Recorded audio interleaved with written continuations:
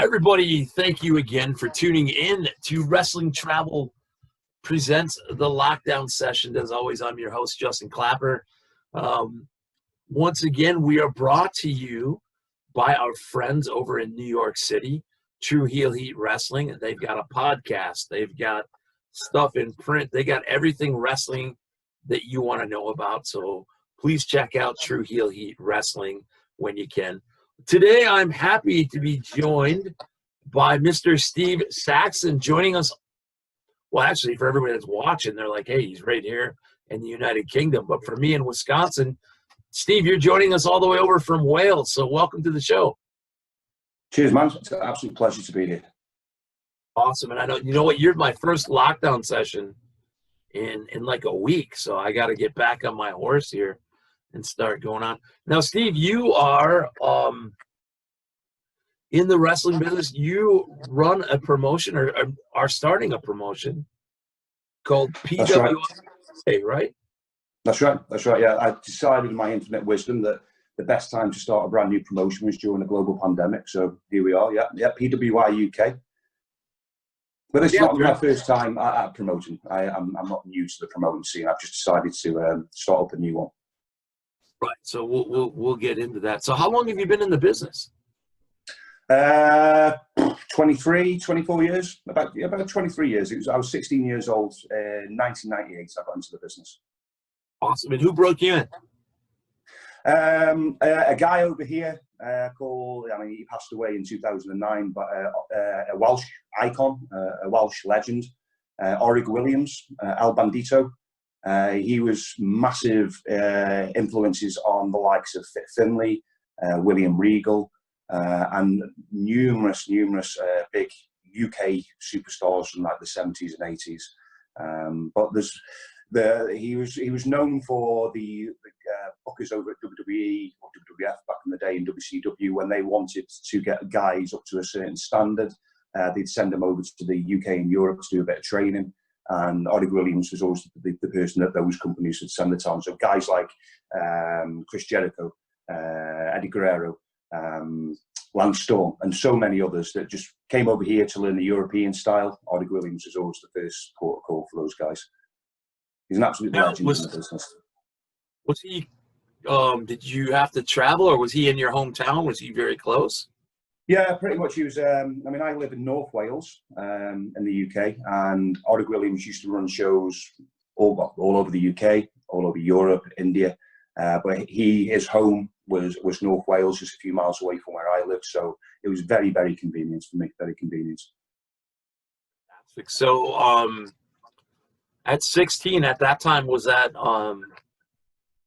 unprecedented to start training that young with him, or not? Just business as usual? No, I don't think so. I mean, Orig, he was very clear to me that he didn't know why he responded to my letter, that handwritten letter back in '98 when I was 16 years old. He said he used to get dozens and dozens of those a week. For some reason, mine stood out, so he gave me a call. But I was the youngest one on their roster, if you like. There would have been rosters back then, but I was the youngest guy that was training for them. But some of the stars, like William Regal and what have you, and Fit Finlay, they started in their mid to late teens, so it wasn't uncommon, but it wasn't a regular occurrence. So yeah, I was very fortunate I was given that opportunity. But what, if you back up earlier than 16, what are you watching on, who catches your eye when you turn on the telly and watch wrestling? Who are some of the people you're looking up to when you think, man, I got to do this? I was over here in the UK. We had our own weekly TV show, wrestling TV show called ITV World of Sport. You may have heard some of the names like Big Daddy, Giant Haystacks. Haystacks did a stint over in America for a while with Hogan. And it was huge, absolutely huge in the 70s and 80s. It was the highest gross rated TV show in the UK. Whereas you have the Super Bowl in America, we have the FA Cup, the soccer football FA Cup. And the final was always the biggest sporting event on TV. Bearing in mind, in the 80s, we only had the choice of 4 TV channels in the UK. And everybody tuned into it. And I remember as a very, very young child, I think it was Big Daddy versus Giant Haystacks, these two giant men, the two biggest stars in the country. were battling out on ITV World of Sports, whilst over on the other channel, on the BBC, you had the FA Cup final. And the FA Cup final got something like 18 million views, and World of Sport got something like 19 million views. That's how big it was over here. So I've grown up with wrestling. I've never known anything else other than every Saturday, wrestling was going to be on the TV in the UK. But I do remember the first time that my parents had moved into a new house when I was about 4 to 5 years old. And they'd set up a chair in the living room for me. They'd set up a TV just to keep me occupied. And they give me, well, I don't think it was a remote then. They turned the channel over on the TV. And I saw this huge guy dressed in red and yellow. And it looked like a wrestling show that I'd seen on TV, but it just seemed to be brighter and faster and louder. And that was my introduction to the WWF. And the first guy I ever saw was Hulk Hogan. And I was hooked from that day. I was a massive, huge Hulkamaniac. Up until, I'd probably say early to late mid-90s, when obviously I got into the likes of Bret Hart, Shawn Michaels. Shawn Michaels, by far my favourite wrestler of all time. But initially, yeah, Hulk Hogan, through and through. Awesome. Yeah, we're all Hulkamaniacs, I think, deep down inside. And a lot of people, will take a shot at him. But, like you said, can't take away, forget what he's done later on in life and the mistakes he's made. And you can't take away from what he did for this industry, globally, this industry in the 80s and the 90s. 100%. And he takes us in as a kid and we watch him. And then, like you said, we get a little older and now we watch the styles of like Shawn Michaels and Bret Hart and that technical stuff. And now we're like, oh, okay. But it's apples to oranges. Of course it is. Of course it is. Because he's got that entertainment value. He's got that crowd hooked in. And, just like they say with Cena, like the 5 moves of doom. Dude, he's got 5. If he only did 5 moves, and he does more, he's great. But he's got them all sucked in, eaten out of the palm of his hand. Why do more? 5 moves, those 5 moves and those 5 catchphrases, whatever he has, sells more merchandise, sells more tickets than anybody else. And from a business perspective, that's all you need. It doesn't matter how many moves they've got. If they're bringing punters in, they're bringing fans into the venues, and they're shifting a shitload of merch, happy days, win-win. And it's longevity of their careers as well. Hogan and Cena and Warrior are very basic wrestlers, but they were able to last so much. I mean, Hogan would still be going now if anybody given the opportunity to, because they only worked a basic style, a basic format of matches that was easier on their body. I mean, yes, of course, it was still hard wearing on their body. But compared to the likes of Shawn Michaels and Bret Hart and some of the modern day wrestlers who are not going to have the lifespan, the career span, not like your Randy Ortons, your John Cena's, the Miz, even guys like the Miz and Hogan, who have a more basic. Is that the right word? Maybe not basic, but they don't have such an arsenal of moves, and they're not all fast paced or high impact or high octane. But they still do exactly the same as those guys that are working 20 moves in 5 minutes, and these guys that are working 3 moves in 5 minutes, they're still getting just as over as them. So why put your body through that if you don't have to? Right. Look at the Warrior. Like, how many 2-minute matches did he do on like house shows? Exactly. And how many tickets did they used to sell based on that? Shake the ropes, clothesline a guy, press him over his head, do the freaking body drop on him, and call it a night. That's awesome. Now let me paycheck and go home. Yeah. Now another guy that recently he passed away. I want to get your thoughts on him since we're talking about wrestling styles. Is somebody who put his body through the shit, as you say, is Tom Billington, the Dynamite Kid. Man, now that guy, I remember back in the mid-90s doing tape trading, and one of the first ones I got and I had to get a hold of was the Dynamite Kid Tiger Mask series. And they're doing stuff in the 80s that would still be over today and considered like cutting edge. So now that's the opposite side. That guy, and I've read about him outside of the ring, maybe being a jerk or whatever, but when I'm just talking purely from bell to bell, that guy put his body on the line every time he's out there. Yeah, he did. Yeah, he did. He was very much the style of like Chris Benoit, well ahead of his day. Ultimately, he paid the sacrifice, and I think because of the physical and mental damage that happened with the Dynamite Kid, made him into a very, very bitter person. I've never met the guy. I do believe I'm actually, yes, I think it's his nephews, actually, the Billington brothers, a young tag team over in the UK that I'm going to be looking at bringing into my new promotion. From what I've heard about them, they're really good guys, really hard-working guys. But I mean, for me, I didn't really see a lot of the Dynamite Kid when I was a kid. When I started getting into it, I think it was the tail end of his tag team career. And then, of course, the big name over here was Davey Boy Smith, the British Bulldog, when he took on the moniker of the British Bulldog based on the tag teams. And then, obviously, over in the UK, he was like Bret Hart was to the Canadians. He was not, well, to the point where WWE held SummerSlam over here with Bret Hart versus the Bulldog in the main events, and at Wembley Arena, it's like 90,000 fans, and that was unheard of before, and it's never happened since. Okay, WWE have the house shows over here, they'll have Raw and SmackDown and NXT, the occasional smaller pay-per-view they'll have over here, but what we used to call the Big Four, they would never have dreamt of having in the UK until the British Bulldog came along. And why they don't try and do that again, I don't know, because there's so many great British talent with WWE at the moment. I do strong. I mean, it'd be no good for you guys. I'm to travel to the UK. I appreciate that, but for us, WWE's, I believe, second biggest market is the UK. And although we appreciate the fact now we've got NXT UK and they do come over here and put on the shows for us as often as they can because it's a great market for them, I think it's long overdue that we get another big pay-per-view over here because the Brits would go crazy for it. Yeah, I was lucky enough to have Mr. Martin Goldsmith on last month, who was very instrumental in bringing the WWF over to the UK and very instrumental into that pay-per-view. And you're right, that was a killer pay-per-view.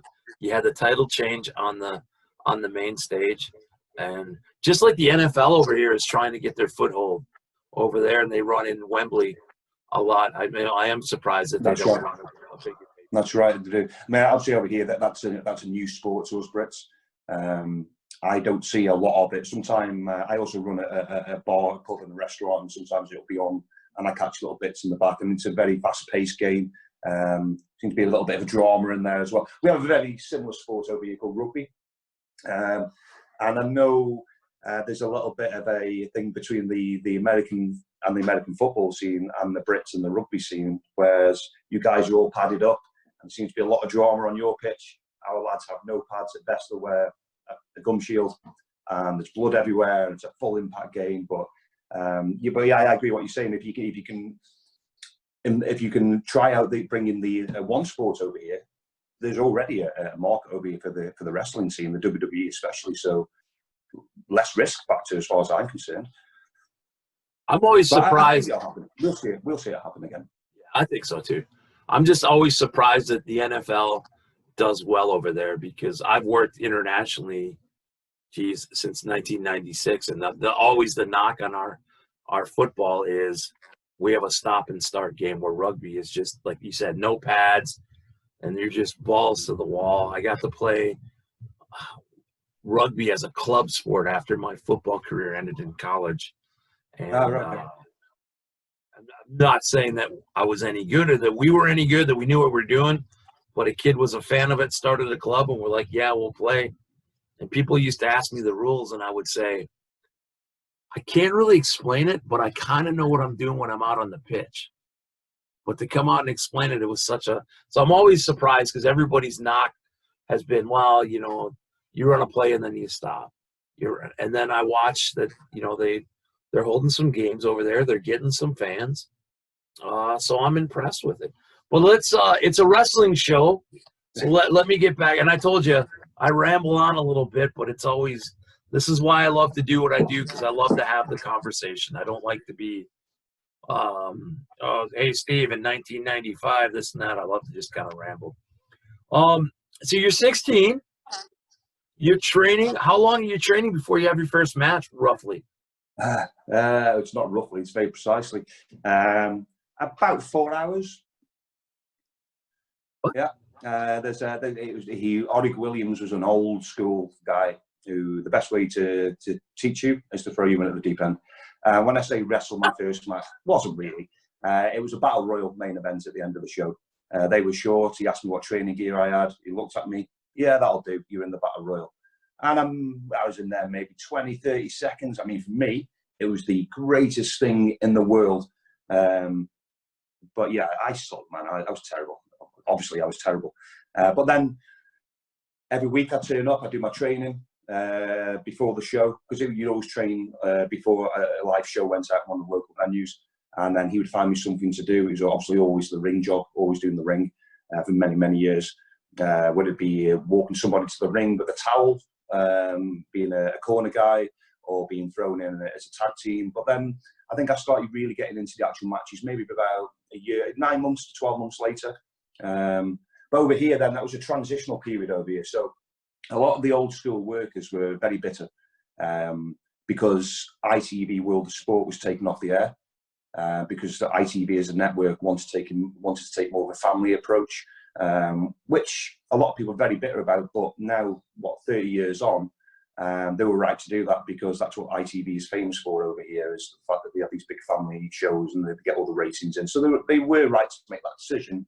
But for the workers, obviously that their income was gone, their jobs were gone. So we had to start doing shows, tribute shows. Much like a band tribute act, you know, we were portrayed to be famous WWE wrestlers. So my first big stint or a big booking stint over here was working as Jeff Hardy, a Jeff Hardy tribute. And I worked at a tag angle with fake Matt Hardy, who was a legendary British wrestler who's still active to this day, Frankie Sloan.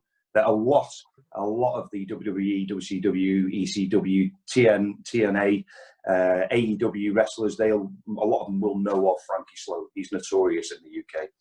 Bit of a joker, fantastic worker. So Frankie and we did the Hardy Boys gimmick for about, I don't know, maybe two years, maybe 3. But over here, it got over. We would advertise, or Oric would advertise on the show posters that the superstars of WWF are coming to town. And you can get into a show for a quarter of the price. And these kids genuinely believed, for some mad reason, because we didn't look like them, we didn't act like them, we dressed like them, we had the same entrance music, and I hit the swanton bomb finish. We hit all the big moves, but we looked nothing at all like the WWE wrestlers, man. But the kids bought into it. They bought into it. And so we got a few years out of that. But then that's when the business began to go through another transition. Then British wrestling really died off for a number of years. And it's only really in these past, I don't know, maybe 5 to 6, 7 years where it started picking up again. Whereas our indie scene now it was hot enough for WWE to start up its own division over here. And it's hot enough where most of our top tier talent have now transitioned over to stateside, where they're working for NXT or WWE or AEW. So I think that's a real credit to where we've come from and where we are now. Got to back up to the beginning of the question. 4 hours. 4 hours. Wait, now, before they send you out there, he's got to sit you down and smarten you up, right? To a point. Bearing in mind, I'm working with a roster of old school guys who saw a 16-year-old kid coming in, so they were going to work a little bit more snug than they normally would, just to prove a point.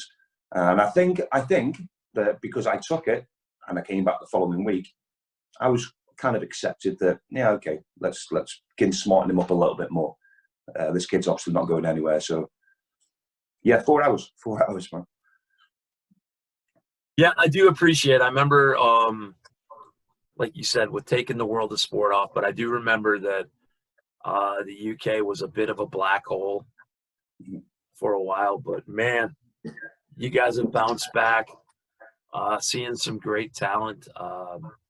A kid I just saw at Warrior Wrestling, he's from the UK, but he trained over here with Seth Rollins, a kid named Benjamin Carter. If you haven't gotten a chance to check him out on AEW Dark, what a talent, what a super nice kid. And I'm seeing all kinds of British talent, so it's nice to be part of that resurgence. Now, Britannia Wrestling, talk to me about that. How long before you started running that? We're jumping over a lot of your wrestling career, but I'll jump back. I just want to make sure I get everything in here. I got to get my shit in. Yeah, Britannia Wrestling. I think I've been wrestling for about, well, yeah, it would have been 10 years. Yeah, 10 years. So 20th of December 2008, I held my first ever show. It was supposed to have been a one-off show, one night only. Basically a small village hall contacted me directly. They were holding an event, a charity event, and they asked if I could provide a wrestling ring, provide a show. And it was, you know, it was a paid gig, so yeah, why not? It's only going to be a one-off. And of course, it's wrestling, so it's never a one-off. And then since 2008, we've Britannia Wrestling Promotions. It just got bigger and bigger, expanded from one venue to two venues to across the whole North Wales coastline, into England as well. And we've had some pretty big shows over here. So had some pretty big names working with us over here. And that lasted up until, I mean, Britannia Wrestling Promotions are still active. Well, nobody's active at the moment, but they still will be active at the end of this. But they've got new owners now. I decided to sell up Britannia Wrestling Promotions. Or there was myself and another wrestler called the Babyface Pitbull, who trained at Team Taz Dojo. He's an MMA fighter. So he came in bold with Britannia Wrestling Promotions about 7 years ago. And from there, we started expanding. But we got to the point now where Pitbull's a new father. He's just had his first child, and he's got other things going on in his life. Also, as I said before, I've got my own pub and restaurant over here. And so we made the decision early on in 2020 that we were going to sell the place on. Rather than putting the torch out, we decided to pass the torch over to one of our trainees. And they've now taken over the company for us, which has meant that this is how I've been able to set up PWI UK. Because Britannia Wrestling Promotion had been known as a regional North Wales-based promotion for so long, we had that stigma. And I wanted to go a little bit bigger. I wanted to go a little bit further afield. So that's why I kind of got rid of Britannia, left it in more than capable hands. And I'm able to move forward with PWI UK now. All right. For our American fans, though, it is PWI UK stands for Pro Wrestling International, correct? That's right. And it's actually an American company that I bought the name from.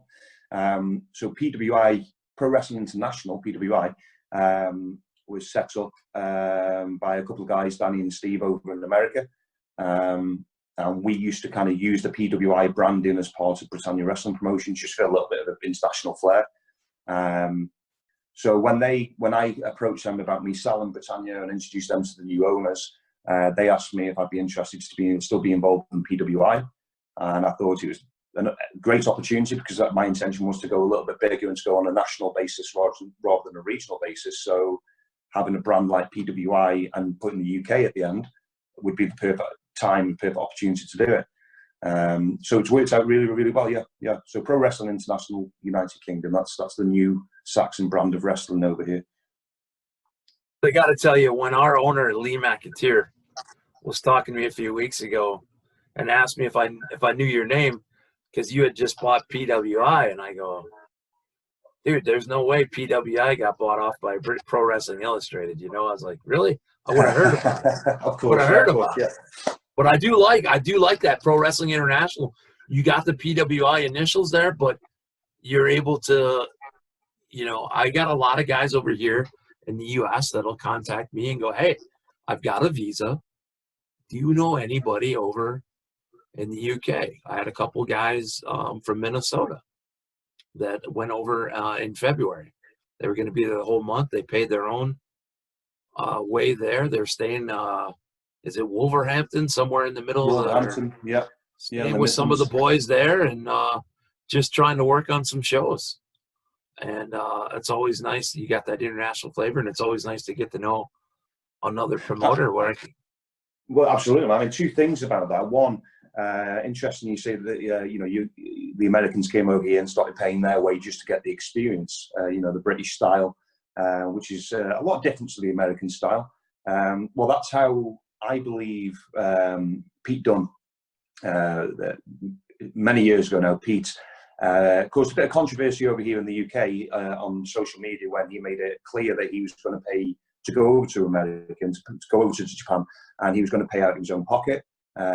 He was taking no wages. He was just going for experience. And some of the old school crew, you know, the old guard, They took exception to that and said he was shitting on the business by doing that.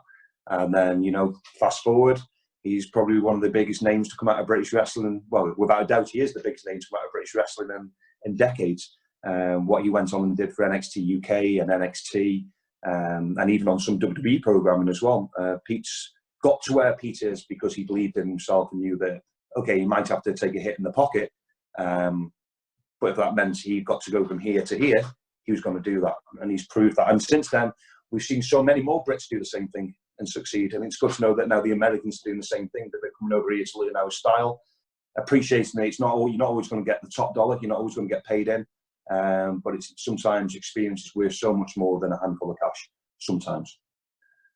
That's the thing. I would call up people and say, do you know anybody? And I would get a couple promoters that rang me back and ask me, what is my cut? If we ask my cut is nothing. If I have a connection and if I can introduce people, then it's all on them. So these two young gentlemen, I'll give them a plug. Riley Jackson and Levy Cruz went over in February. Obviously, the pandemic started shortly after there, but they spent an entire month there. That's an interview faux pas right there, Steve. You always got to shut your phone off. All right. But they went over, had their own ticket, visa, looked to work, and got on a couple shows, and that's awesome. And now my hat's off to them because I see it too much in independent wrestling right now today where people are, I'm going to work with X promotion, and I'll do that once a month. I'm not going to work out. I'm not going to go down in the ring and do anything, but I'm a professional wrestler. Buy my gear. Why isn't anybody buying my shirts? I'm out here at the gimmick, and it's like, yeah, I got a lot of guys that are expanding their horizons and stuff too that are realizing I got to get out of my comfort zone. Yeah. I've got to get out of my area where I'm not. And it's the same in entertainment. Stand-up comedians are going, hey, go break in away from your hometown, then come back. And it's just absolutely. And it's like I said, it's the best way to develop your character. It's the best way to get your name out there with the boys, with the promoters, with the fans. And especially these days with social media, you know, it doesn't matter where you work in the world, it's accessible to everybody in the world immediately. With all, you know, like Zoom and Facebook Live and YouTube. So getting your name out there, proving your worth, it goes a long way these days. That was my second point from before is development, developing characters, developing wrestlers. That's something that I've always prided myself on with Britannia Wrestling Promotions, was stepping away from the old guard approach that I had when I got, which I'm still very, very, very thankful for, of course. But I saw that the industry needed to change the way that they looked at young, raw talent. So I've always prided myself when I was running Britannia Wrestling Promotions, and certainly my ethos when I'm going into this new promotion, PWI UK, is to continue doing what I've always done. And that's not just bringing in the big US names, which, you know, from time to time I would do. You know, I've had guys come over here and work for us, you know, David Richards, Raven, you know, Sami Zayn. I've had those names over here that they have drawing power to an extent, but my core roster was always based on British talent that came in at this level, and we just had an organic approach to slowly develop them. A tweak here, a tweak there, a change there, just this, just a little bit, just to get over with the fans a bit more, to the point where our fans were filling out the Britannia Wrestling venues when there was no imports coming over, because they were invested in the development of the wrestlers and the characters in front of them. And that's a credit to the guys and the commitment they put in them themselves, as well as the bookers and the promoters and the agents that are behind them over here as well. So yeah, I mean, your two guys over there, Riley and Cruz, they're doing exactly the same thing now. And I hope that I come across them. By all means, shoot me their details with PWI UK. It has got that international flair with the Pro Wrestling International. And it'd be great to bring in developmental talent from the US as well as big stars from the US. That's what I like about that is, you know, a lot of the guys will find out when I work for Wrestling Travel, and then it's a company out of the United Kingdom. I've always wanted to work in the United Kingdom. Would you have a visa? I'll introduce you. You know, good stuff. So that's great. And then there's a lot of guys that are like, yeah, I don't know. I work the bar over here in burning stump, Wyoming. I'm going to stay there. And be, hey, you know what? Go ahead. Yeah.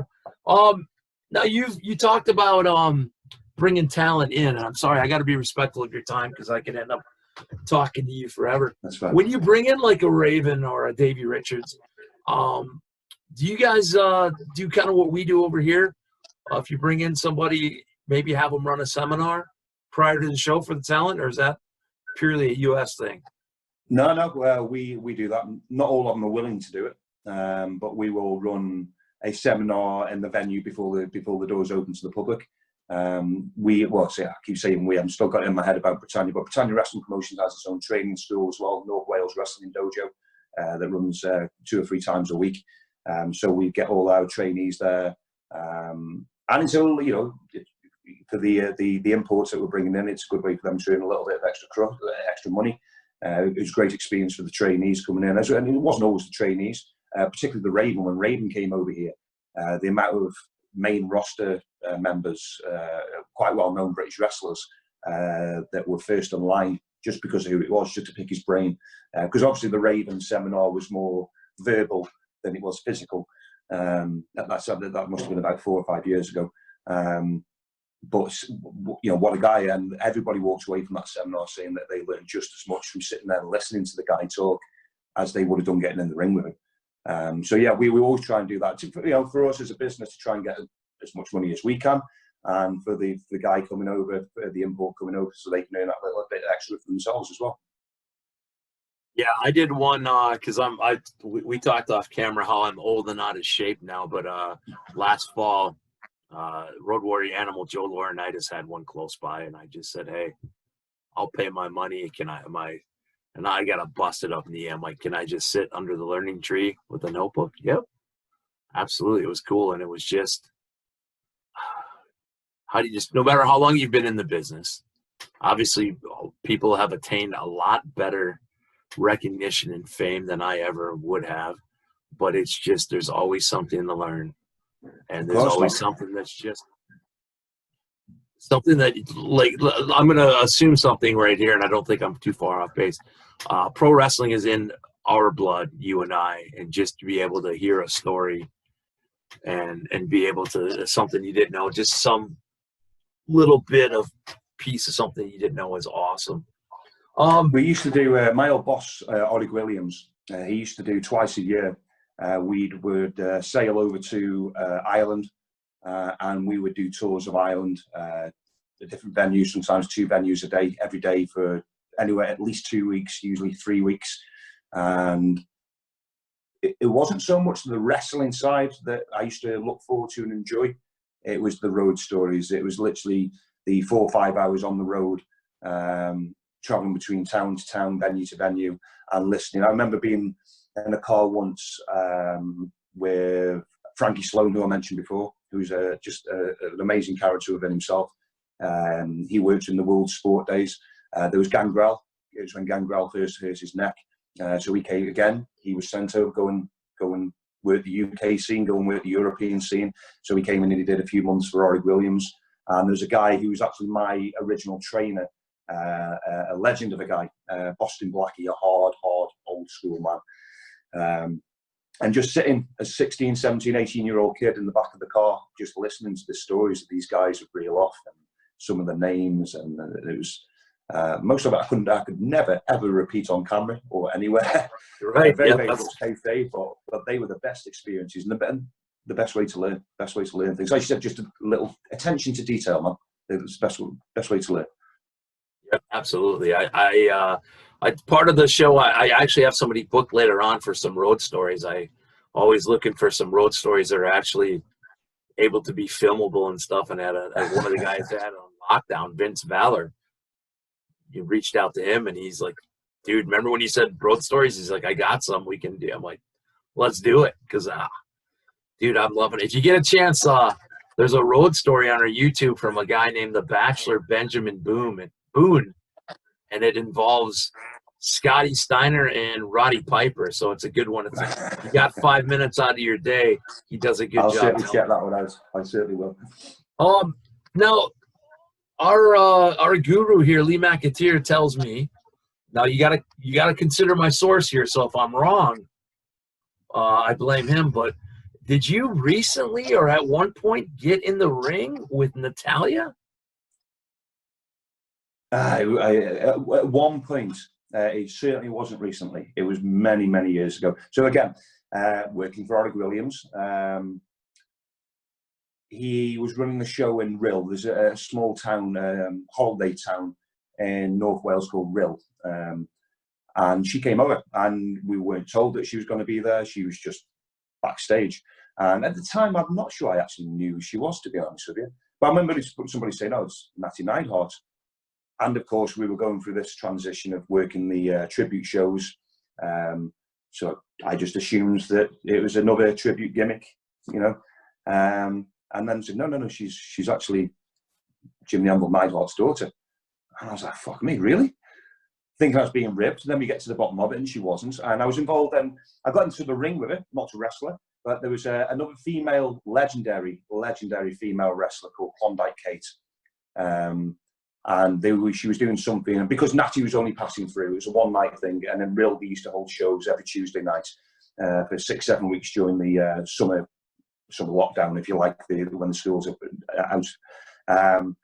And they did this gimmick in the ring with Natty and Klondike Kate, and myself and another male wrestler had to go down there, get involved, and we took a bump off them, and then they carried on. That's literally all it was. That's all it was. But yeah, it was now, looking back now in hindsight, when you see her on TV, when I'm sitting down with my kids to watch WWE programming, as my kids get older, which is less and less, unfortunately, it's very cool to say, yeah, I've been in the ring with her in Rhyl, in that little town in Rhyl, half an hour from here. I've been in the ring with her.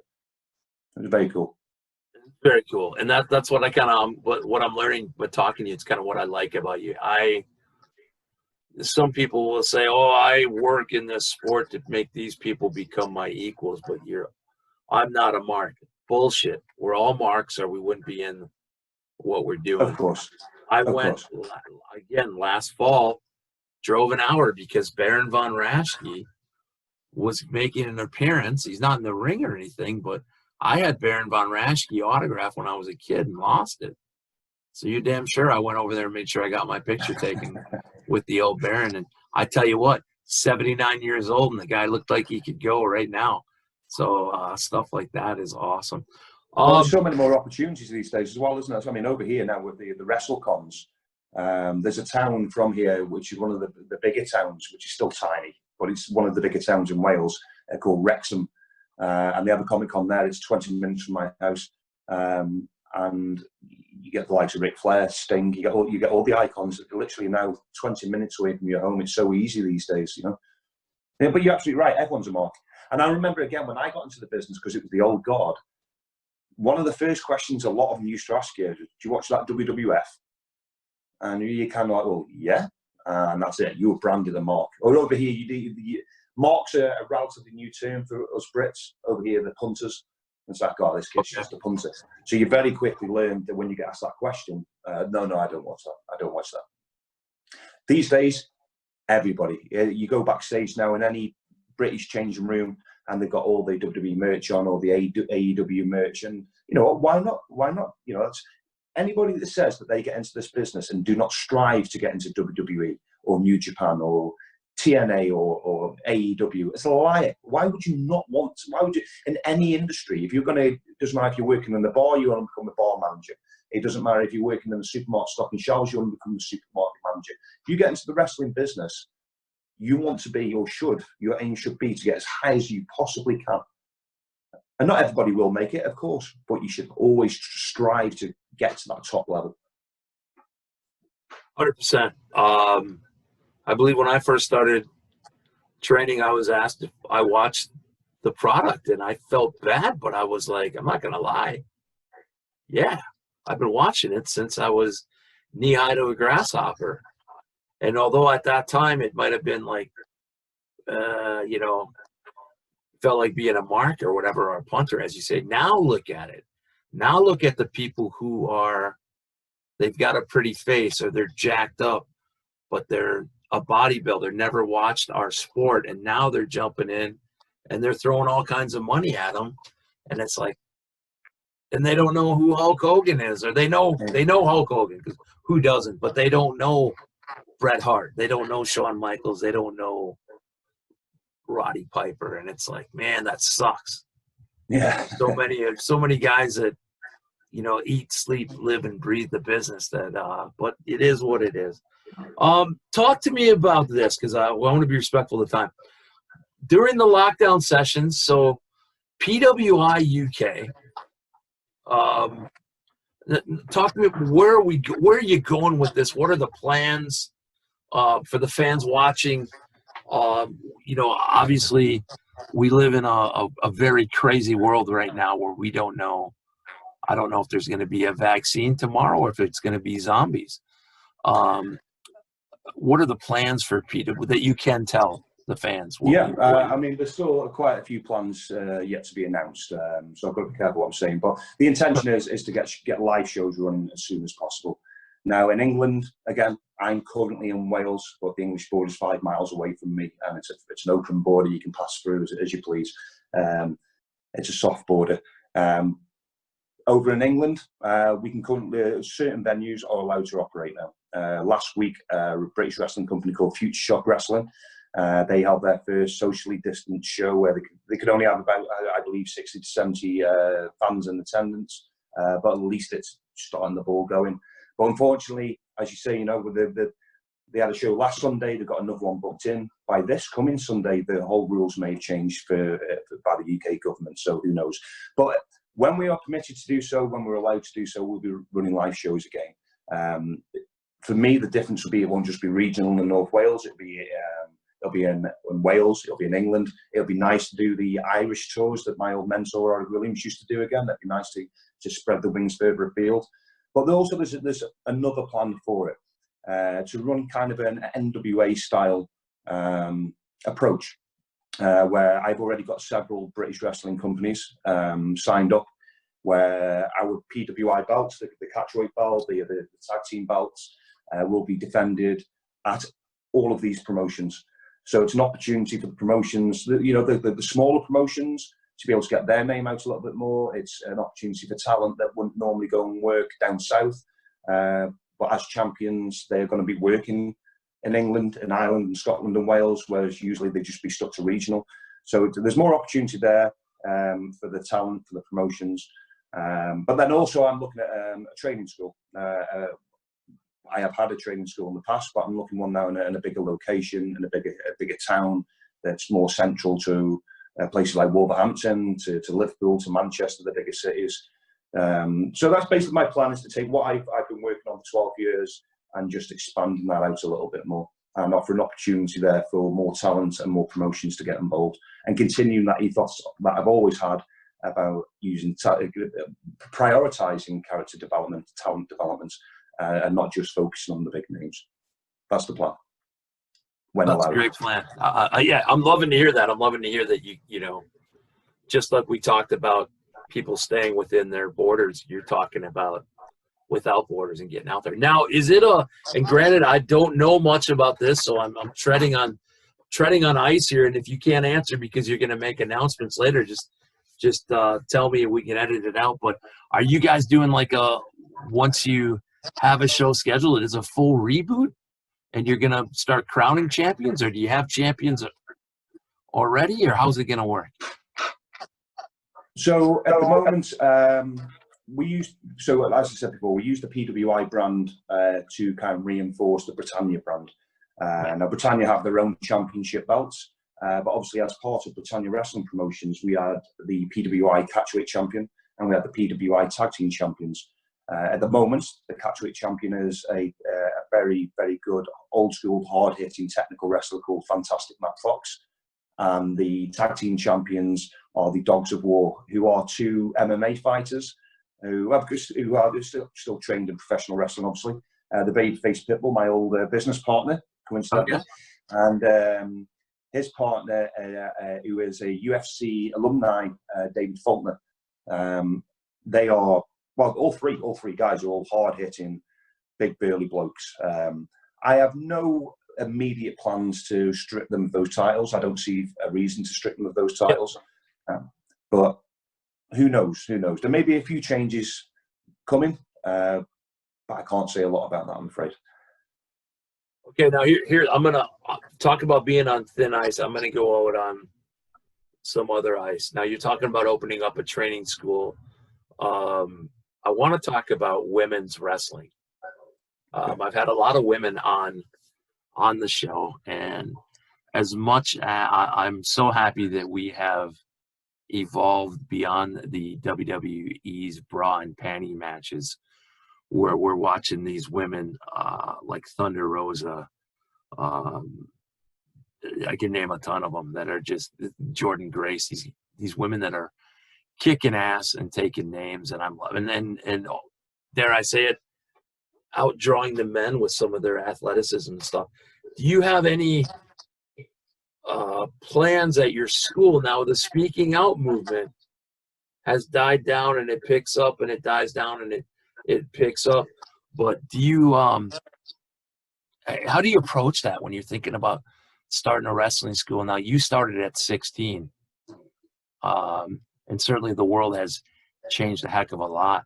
How do you feel about that? First of all, did the speaking out movement really have an effect, like in Wales and some of the promotions that you have worked in, or were they all pretty clear? Because it seemed to be everywhere, no matter who you thought were good guys or not. It was just everywhere. It was, and you know, it's interesting you say that it's the speaking out movement's kind of it's there, then it's not, it's there, it's not. Just yesterday, it was actually addressed and discussed by our government in the Houses of Parliament. I saw that. Now that'll be, especially with everything else that's going on. We've got Brexit, we're still going through all that bullshit. We've got the pandemic, we're still going through this bullshit. So it's good that it's been broached and it's been mentioned, and it's been touched upon in the Houses of Parliament. But I imagine that'll be a long, drawn-out process. But the positive side of the speaking out movement is that it's made promoters, trainers, wrestlers, and fans more aware of the negative impact that's been going on for years. It's not a new thing. It's been going on for decades back. People will be more aware of it now. People will know their trigger signs. Hopefully people, men and women, not just women, but men and women that are being mentally, physically, emotionally abused, that they'll feel more comfortable about going out and speaking to somebody, whether it be on social media or whether it be a safeguarding officer that are being assigned to each individual promotion or training schools. A lot of my fellow promoters, a lot of my friends, I mean, ones I can mention straight away are Jay Apter of TNT Extreme Wrestling in Liverpool, or Peter Blackham of Wrestle Ireland over in Birkenhead. They've already been very public about their safeguarding policies, where there will be DBS and CRB checks, which is criminal background checks over here, for everybody that's in any position of power or authority, trainers, making sure that there are people backstage that if there's any concerns from males or females, there's always somebody, at least one person that they can go and speak to in complete confidence. And there are procedures and protocols now that are already set up, even before live shows have restarted, which is a good thing. Anybody that is serious about taking the speaking out movement serious, which is the majority, have already put in place procedures and guidelines for making sure that not just the females, not just the men, not just the wrestlers, but the backstage talent, the crew, the fans, that they're all as safe as they possibly can be when they're at shows, not just at the shows as well, before a show and after a show, on social media, with the connections between talent and staff and crew, with the fan bases online on Facebook or Twitter or on Insta.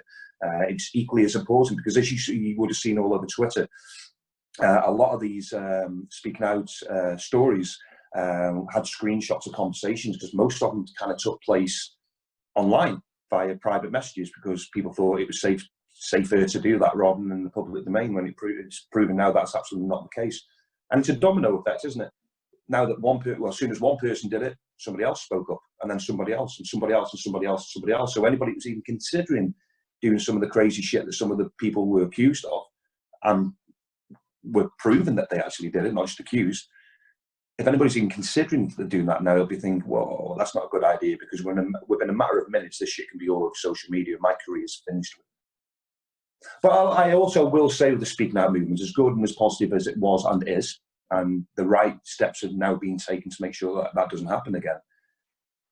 As with anything, sometimes it gets abused a little bit as well. So I know of a couple of guys that were, their names are thrown out there with very, very loose accusations with no backup proof. Not that anybody needs proof, but not all the cases were as legitimate as the majority of them. And unfortunately, some people now are going to lose their careers because of that. But how can you get around that? Especially when you do it on a social platform, the people become the judge rather than leaving it to the authorities. Right, and that's not just us talking about the speaking out movement. I think that's everywhere. That's why I'm saying when you're opening a training school and everything, you could be the most legit guy, nicest dude in the world, but there is that fear factor there. If somebody is going to say something slandering your name, obviously we've got to err on the side of caution as society. Of course. One of the things that that's why these procedures need to be put in place, and that's why they need to be. The fact that it's going through government at the moment, the Houses of Parliament, that's a good thing. And hopefully this will just advance, where we can safeguard not only ourselves, but safeguard everybody else around us as well. That's why I say it's there. Yeah. That's why I was saying it's there, it's not there, it needs to be there. And I did see that the woman speaking at Parliament yesterday.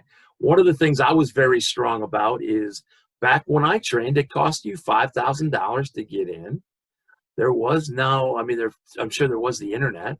I didn't have a cell phone. I had to work to find my way into the business. And even then it was tough.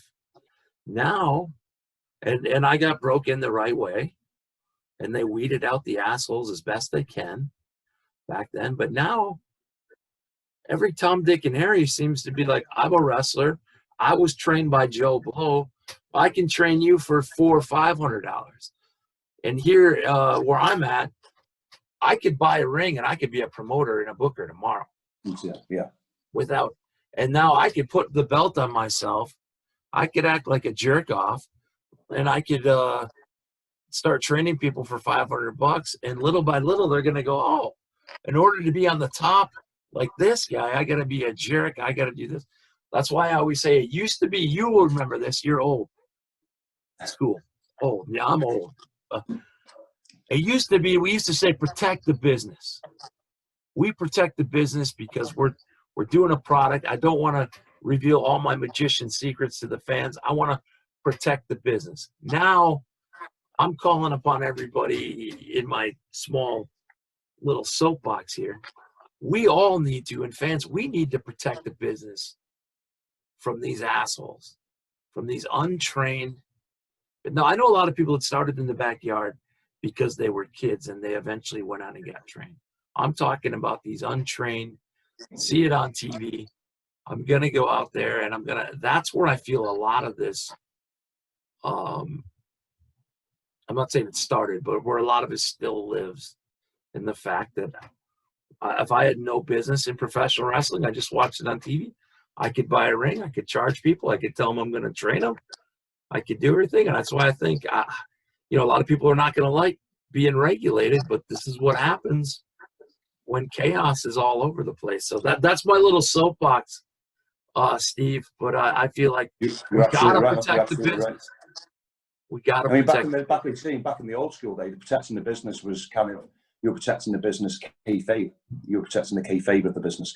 These days, I'm not going to say kayfabe's dead, but it's very hard to try to protect something with the internet.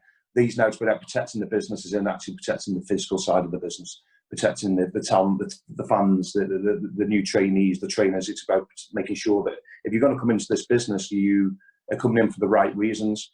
And if you're going to leave, you're not leaving for the wrong reasons. You're leaving because the business is not for you. You're not leaving because you're getting picked on or you're getting harassed or somebody's making sexual advances towards you or any of that nonsense. It's protecting the business. The term is exactly the same, but the reason's completely different these days. 100%. I'm glad. We'll have to get on the same deals with this. I'm glad that I make sense to somebody. Now, being in the ring with Natalia, a couple more questions. I'm going to be respectful of my time, your time, and the people that are watching this going, hey, get to the point here. So does Steve Saxon, you still get in the ring at all? Are you any plans on getting in the ring when PWA UK starts, or where are you at? You're on to that next?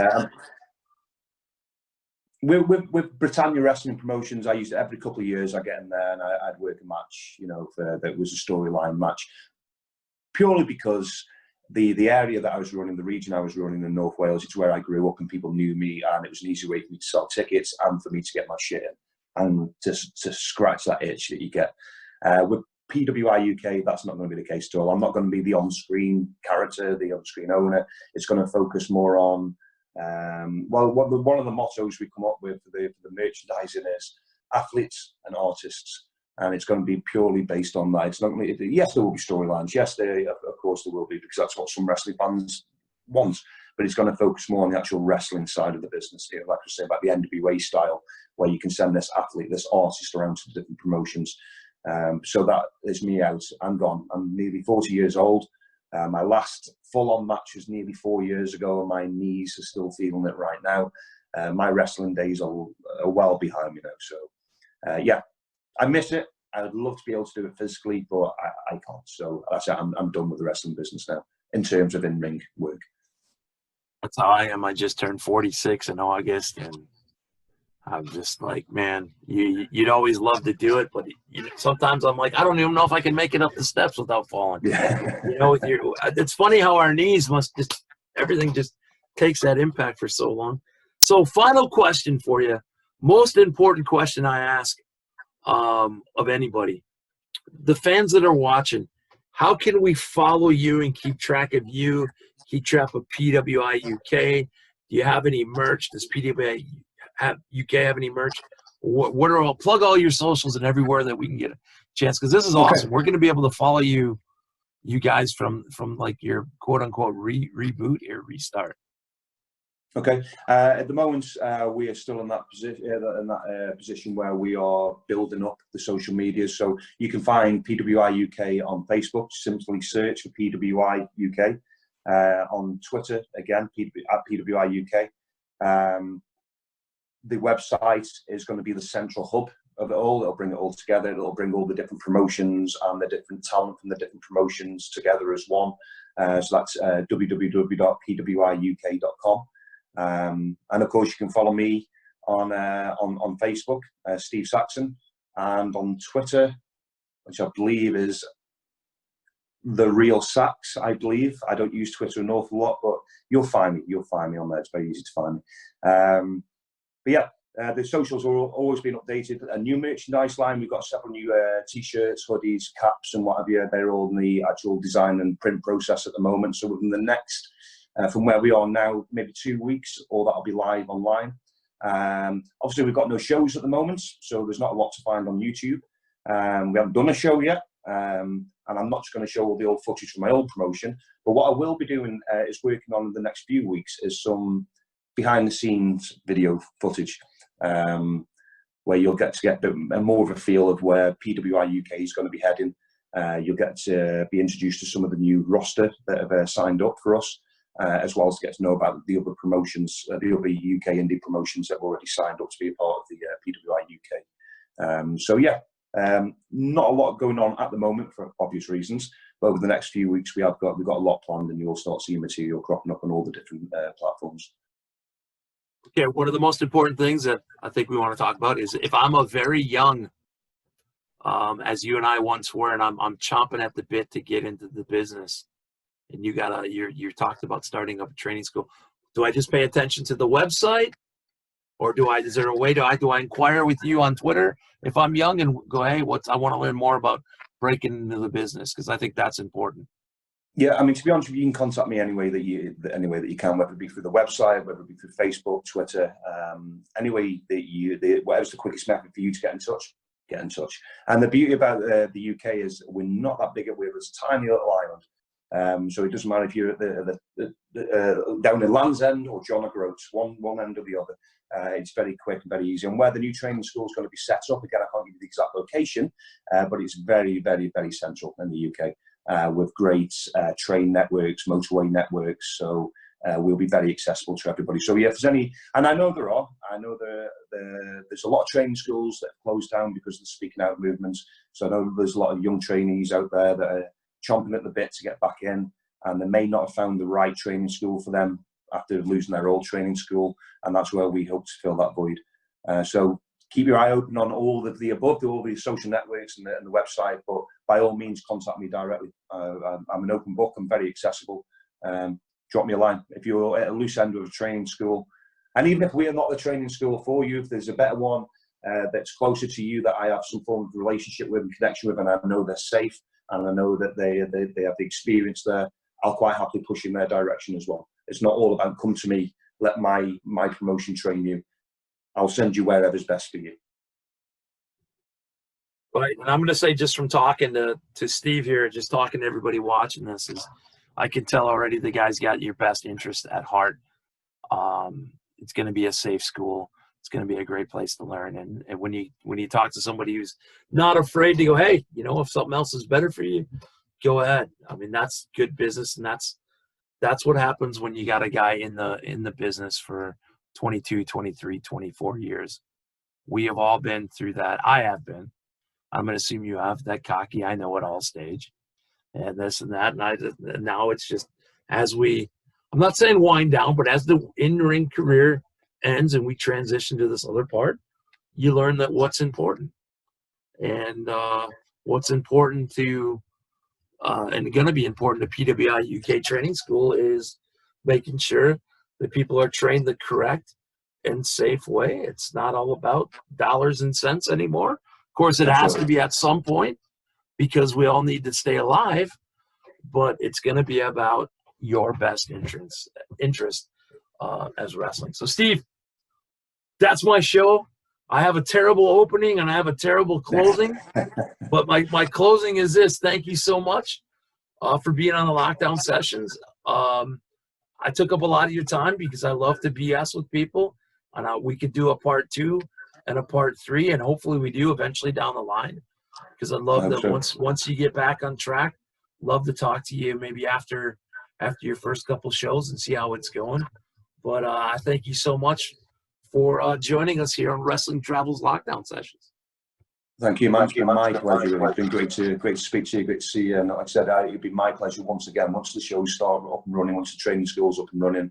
Hopefully you'll get to see that online as well, so you'll be able to get more feel of it personally yourself. I'd love to come back on your show, Mike. It's been an absolute honour. Thank you.